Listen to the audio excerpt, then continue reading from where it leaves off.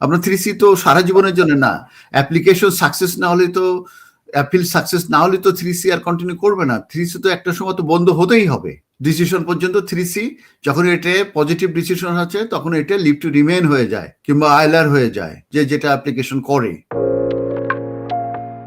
জি, আমার একটা প্রশ্ন হলো, তো আমি একজন অ্যাসাইলাম সিকার। বর্তমানে আমার কেসের অবস্থা হলো আমি আর আপিল রাইটে আছে আপার ট্রাইব্যুনালে। হুম, তো শুনতে পাচ্ছেন আপনি? জি শুনতে পাই।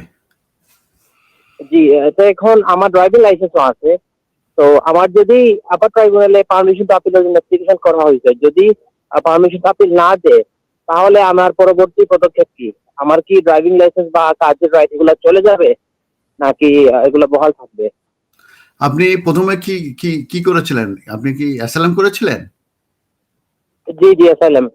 ওকে, তাহলে অ্যাসাইলাম।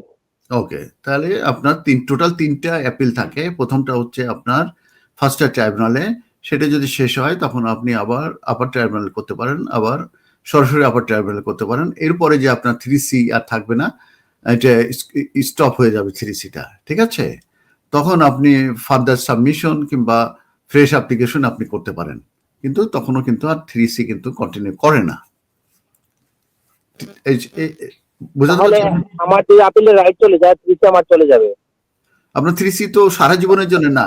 অ্যাপ্লিকেশন সাকসেস না হলে তো, অ্যাপিল সাকসেস না হলে তো 3C আর কন্টিনিউ করবে না। 3C তো একটা সময় তো বন্ধ হতেই হবে, আনলেস ইউ সাকসেস অ্যাপিল, অথবা অ্যাপ্লিকেশন সাকসেস হলে তখন 3Cটা কনভার্ট হয়ে যায় লিভ টু রিমেনে। ডিসিশন পর্যন্ত 3C, যখন এটা পজিটিভ ডিসিশন আছে তখন এটা লিভ টু রিমেইন হয়ে যায় কিংবা আইলার হয়ে যায়, যে যেটা অ্যাপ্লিকেশন করে।